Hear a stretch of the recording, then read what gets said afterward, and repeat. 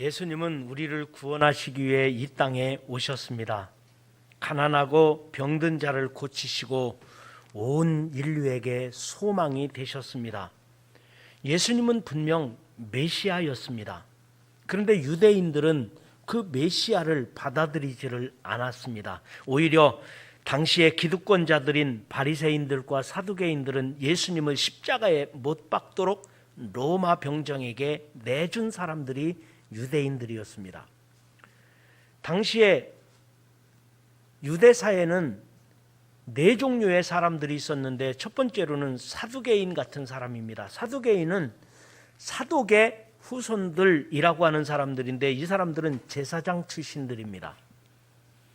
그리고 사내들인 공의의 의원이었었는데요. 지금으로 말하면 국회의원 같은 단체죠. 사내들인 공의의 의원으로서 이 사람들은 구전으로서 전통을 중요시 여깁니다. 전통. 그런데 이 사람들에게 단점이 있다면 믿음이 없는 사람입니다. 아주 비신앙적이라서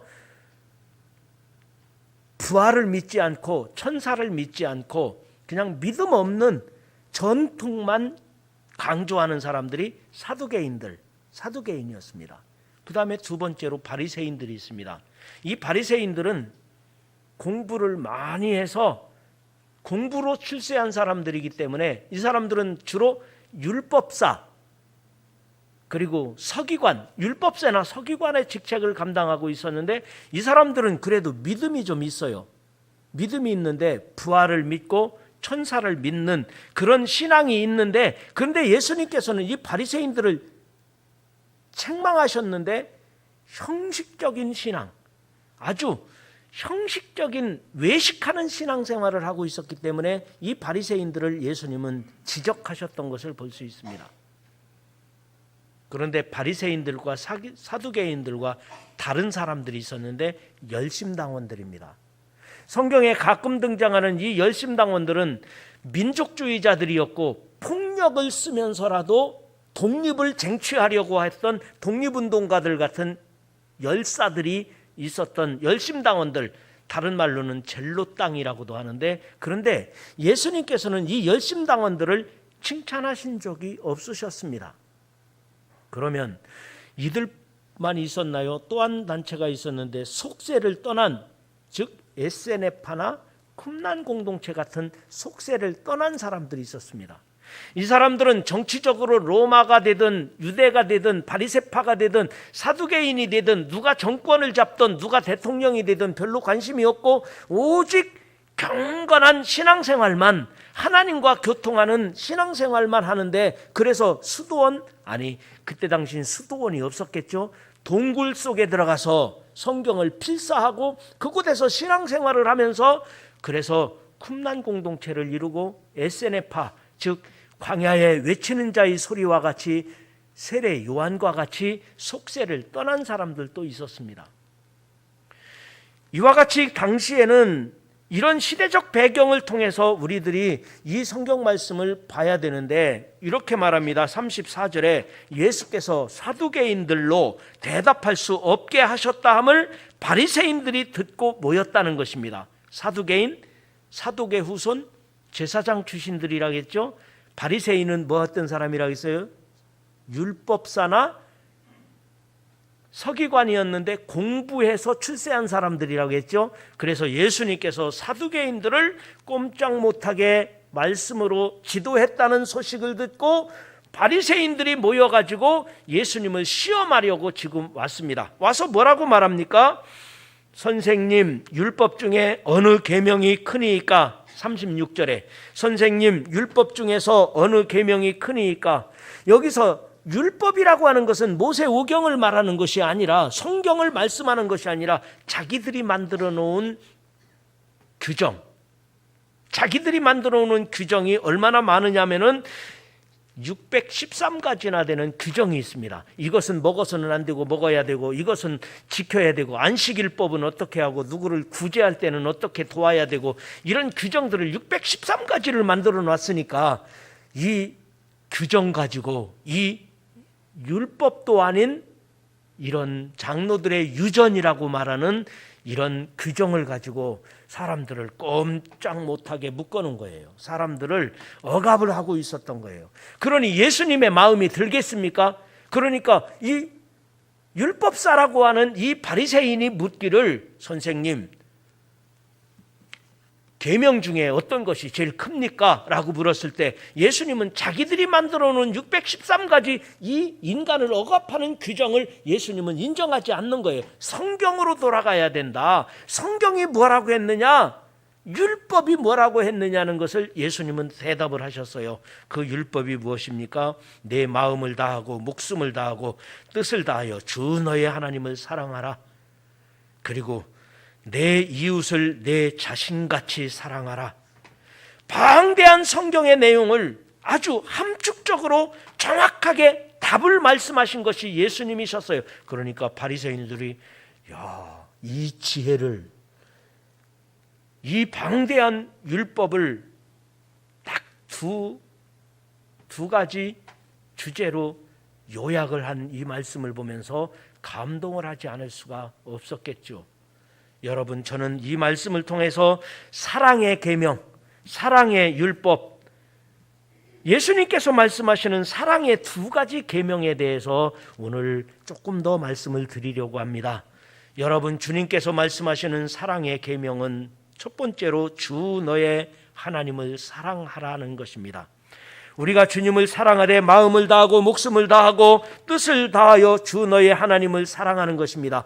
우리가 주님을 사랑한다는 것은 먼저 하나님을 인정하는 데서부터 시작하는 거예요. 우리가 예수께서 이르시되 내 마음을 다하고 목숨을 다하고 뜻을 다하여 주 너의 하나님을 사랑하라 하셨으니 이것이 첫째 되는 계명이요, 이것은 우리가 하나님을 하나님 되게 하는 것입니다. 하나님의 말씀을 존중히 여기고 하나님을 하나님으로 인정하는 데서부터 우리가 하나님을 사랑하는 것입니다.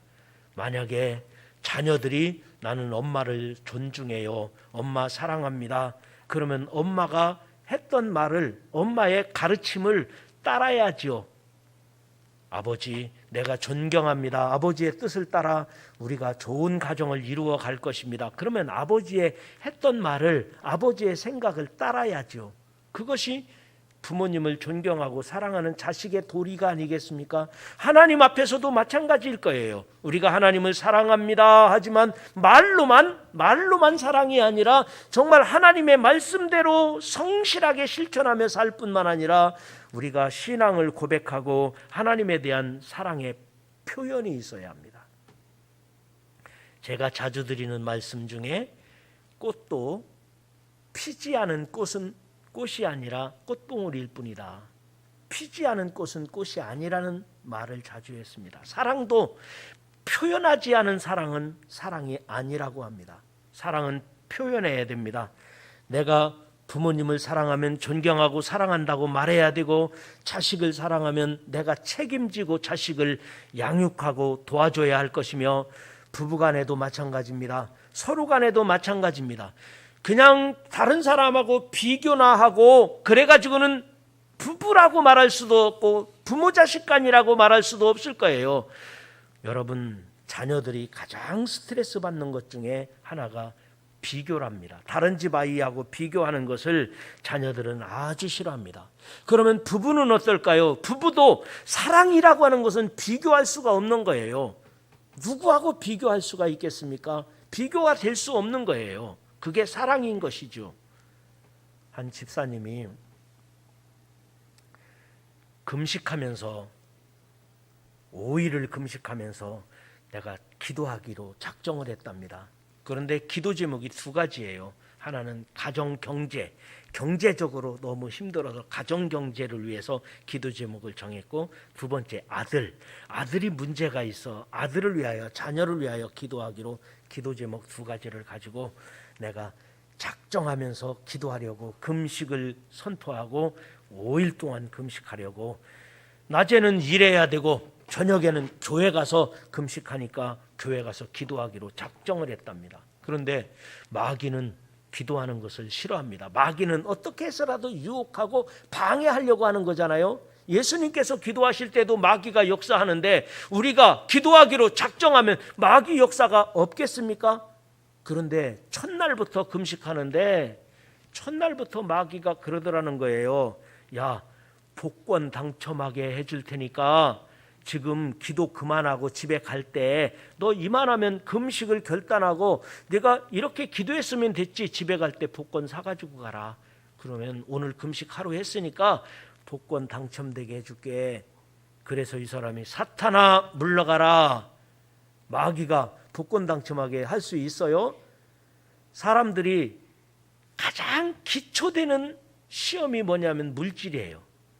대부분 물질의 시험은 이길 수 있습니다. 그런데 우리들 가운데서도 간혹은 물질 때문에 넘어지는 사람도 있거든요. 물질 시험 가지고요, 치사하게, 시시하게 물질 가지고 매여 있고 물질 때문에 넘어지는 사람들이 많아요. 그러나 대부분의 기독교인들은 물질 가지고 잘 안 넘어집니다. 이 사람도 사탄아 물러가라, 물질 가지고는 넘어지지 않았어요. 그런데 두 번째 넘어질 뻔했대요. 자식 가지고 시험하면 이거 잘 넘어집니다. 그런데 이 두 번째 그러더라는 거예요. 둘째 날 금식하며 기도하는데 내 아들 서울대학 보내줄 테니까 기도 그만하고 집에 가라. 그래서 사탄이 그런 일을 할 수 있나요? 당연히 사탄아 물러가라, 속임수야 물러가라, 딱 물리치고 더 기도하는데 그러더라는 거예요. 야, 내 아들 아프다, 집에 빨리 가서 아픈 아들 좀 도와줘라. 그래도 사탄아 물러가라, 거짓말하는 사탄아 내 뒤로 물러가라, 담대하게 물리치고 기도했다는 거예요. 잘 이겼죠? 두 번째 시험은요, 자식 가지고 시험하면 넘어지는 사람들 꽤 있습니다. 그러나 우리 건강한 사람들은, 영적으로 건강한 사람들은 그것도 이길 수 있습니다. 그런데 세 번째 3일째 기도하는데 이 세 번째 그 집사님은 넘어졌다는 거예요. 어떤 시험이냐면은 마귀가 3일째 금식하고 기도하는데 그러지 않아도 배고픈데 이제 그만하고 싶은데 5일을 작정했는데 하는 마귀가 뭐라고 그러냐면은 야, 첫째 날 복권 당첨 준다고 했잖아. 둘째 날 너 아들 서울대학 보내준다고 했잖아. 그거 내 옆집에 그 이웃에게 줄 거야. 그래가지고서 기도 그만하고 얼른 집에 갔대요. 비교의식 때문에. 우리 한국 사람들은, 아니 사람들은 어쩌면은 이 비교의식 때문에 사람이 망가지는 경우가 많아요. 다른 집 자식들은 잘하는 것 같고 나는 좀 못하는 것 같고 나는 좀 안 되는 것 같고. 비교의식은 사랑이 아니에요. 사랑은 비교할 수가 없는 거예요. 여러분, 하나님께서도 우리를 사랑하시는데 얼마나 적극적으로 표현하시느냐면은 하나님께서 우리를 사랑하신다는 표현을 창조할 때부터, 하나님이 창조할 때 당신의 형상대로, 하나님의 형상대로 나를 만드셨다는 거예요. 나를 누구 닮게? 하나님 닮게 만들으셨다는 거예요. 그리고 예수님께서는 우리를 위하여 십자가에서 죽으시면서까지 구원하신, 누구와 비교할 수 없는, 무엇과도 바꿀 수 없는 존귀한 자로 나를 사랑하셨다는 것입니다. 그것이 하나님의 인간 사랑이에요. 그렇다면 오늘날 우리들도 나도 하나님 사랑합니다, 나도 주님 사랑합니다, 우리가 무엇으로 표현할 수 있을까요? 우리는 사랑을 표현해야 된다면 우리가 사랑을 표현할 수 있는 방법이 하나가 있는데 그것이 예배 드리는 겁니다. 예배를 통하여 찬송을 드리며 하나님 사랑합니다, 예수 사랑하심은, 우리가 주님의 사랑을 고백하는 거예요. 기도하면서 주님 사랑합니다, 주님은 나의 하나님이시며 나의 구원자이시며 나의 방패가 되시며 나의 오른편이 되시며 나의 반석이 되십니다. 하나님을 사랑한다고 고백하는 것, 이 고백이야말로 우리가 진정으로 하나님께 드려지는 사랑의 고백이 아니겠습니까? 그래서 우리는 오늘 코로나고 뭐 어쩌고 그거와 상관없습니다. 예배 드리는 것입니다.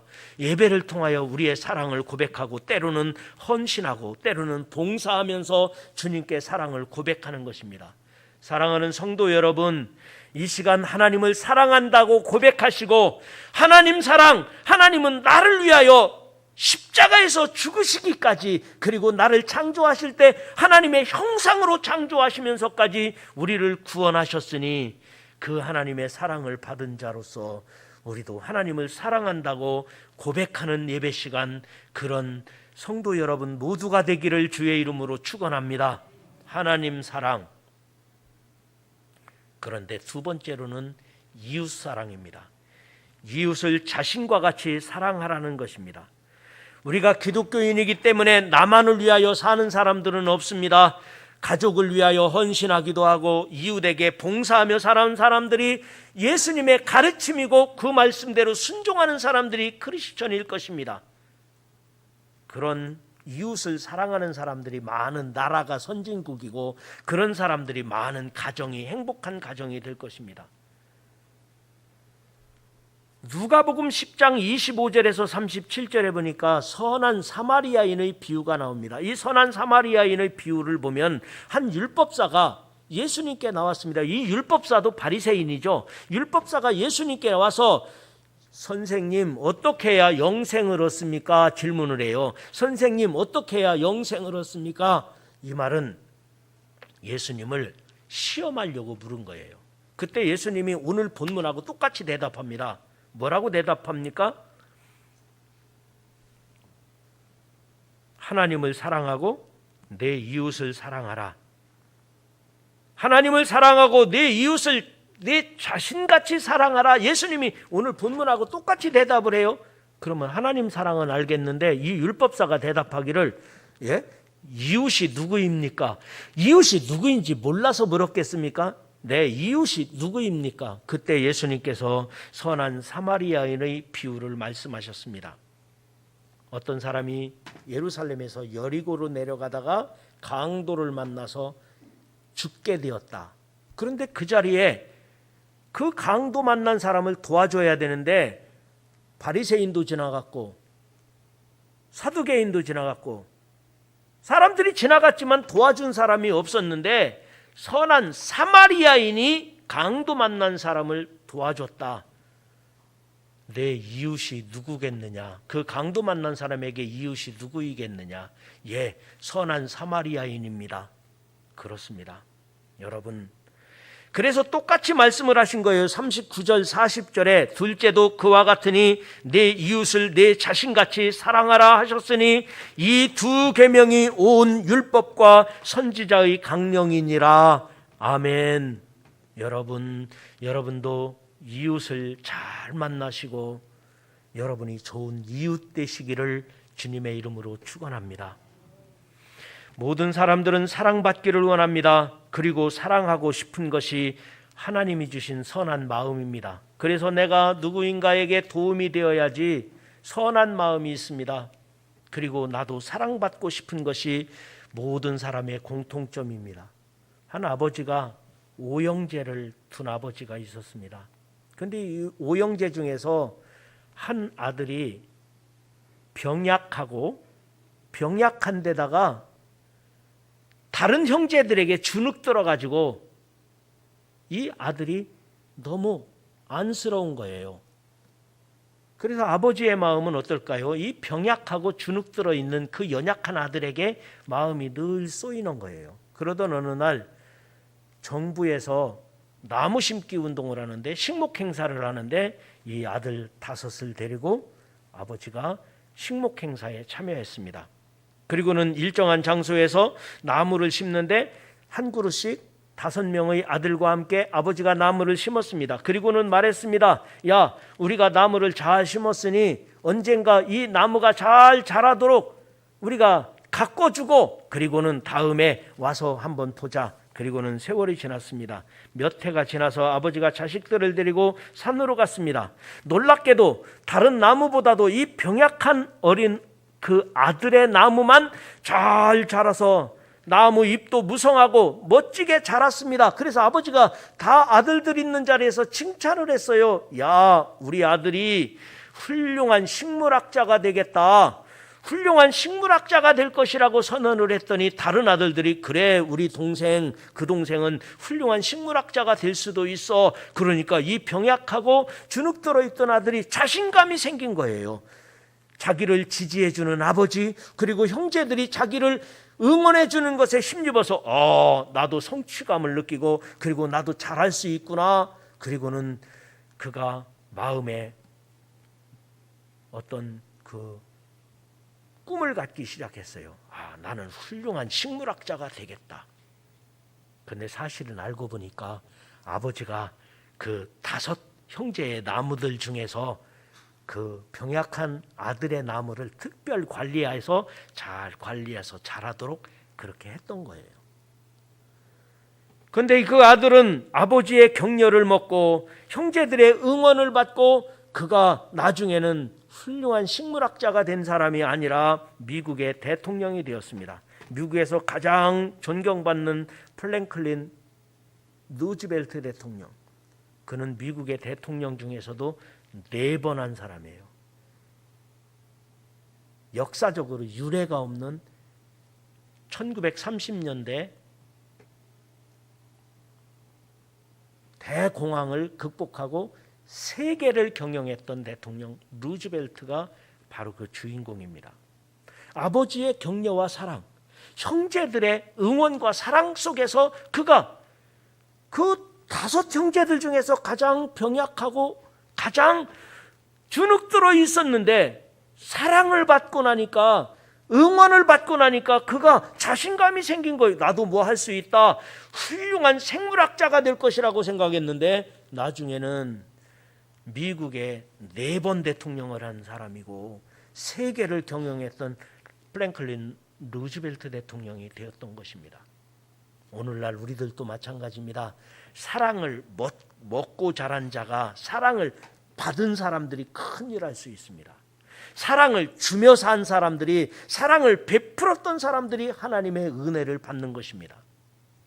그래서 잠언 27장 17절에 말씀하셨습니다. 철이 철을 날카롭게 하는 것 같이 사람이 그의 친구의 얼굴을 빛나게 하느니라. 좋은 친구를 만나기를 주의 이름으로 축원합니다. 그보다도 여러분이 좋은 친구가 되시기를 주의 이름으로 축원합니다. 우리들에게는 좋은 친구가 있어요.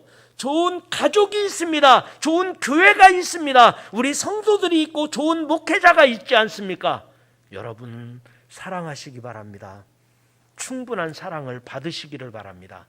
그런데 이 사랑은 만들어가는 것입니다. 이 사랑은 만들어가는 것입니다.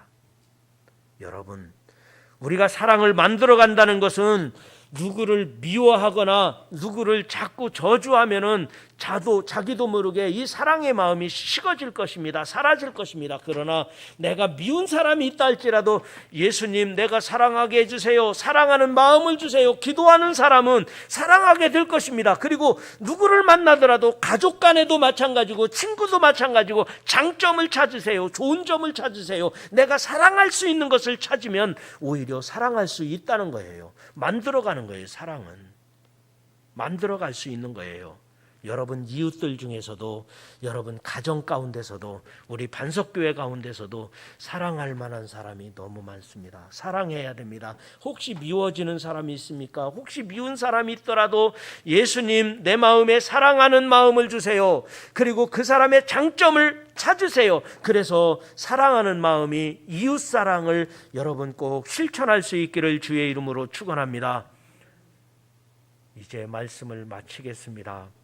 하나님의 말씀인 성경은, 이 계명은 소중히 여겨야 되는데, 이 말씀을 2마디로 정리를 한다면, 성경을 2마디로 요약한다면, 이 계명을 2마디로 줄인다면 뭐예요? 하나님 사랑, 이웃 사랑이에요.